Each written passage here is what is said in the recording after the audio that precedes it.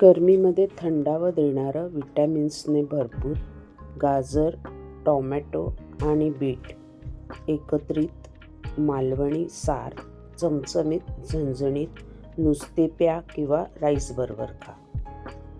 त्यासाठी एक मोठा टोमॅटो, एक मोठं गाजर, एक मोठं बीट, एक वाटी ओले खोबरे, लसूण, साधारण एक कांदा, मीठ चवीनुसार एकत्रित मिश्रण चांगलं वाटून घ्यायचं आहे.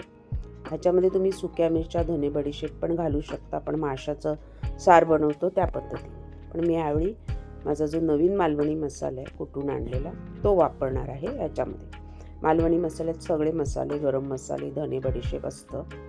आता हे मऊ वाटल्यानंतर त्याला गाळून घ्यायचं आहे. आपण हे सूप म्हणून पिणार आहोत. तुम्ही गरम गरम पिऊ शकता, थंड पण पिऊ शकता.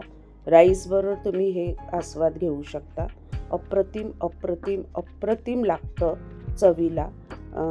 गाजर आणि बिटाची गोडूस चव पण त्याच्यात येते आणि टोमॅटोचा आंबटपणा, थोडी चिंच पण वापरली. आता त्याला चरचरीत फोडणी द्यायची आहे. ही तुम्ही तुपात द्या किंवा तेलात द्या.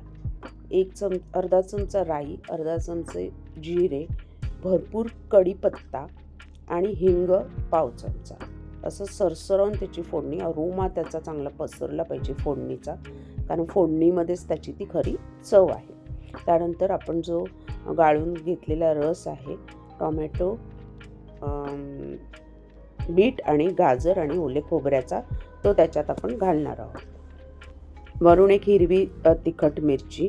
त्याच्यानंतर मालवणी मसाला मी एक साधारण 1.5 चमचा वापरला आहे, कारण ते गोड होतं सार ना, तर थोडा त्याला तिखटपणा पाहिजे, तर ते पियायला आणि राईसबरोबर चवीला छान लागतं. मीठ चवीनुसार.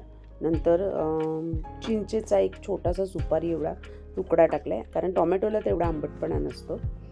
आणि मस्त बघा, तुम्ही कोकमही टाकू शकता. 2 कोकमं टाका, म्हणजे त्याची ती चव उतरेल आंबटपणाची. उकळवायचं आहे चांगलं एक 3-4 मिनटं, कारण हे झटपट तयार होतं तसं.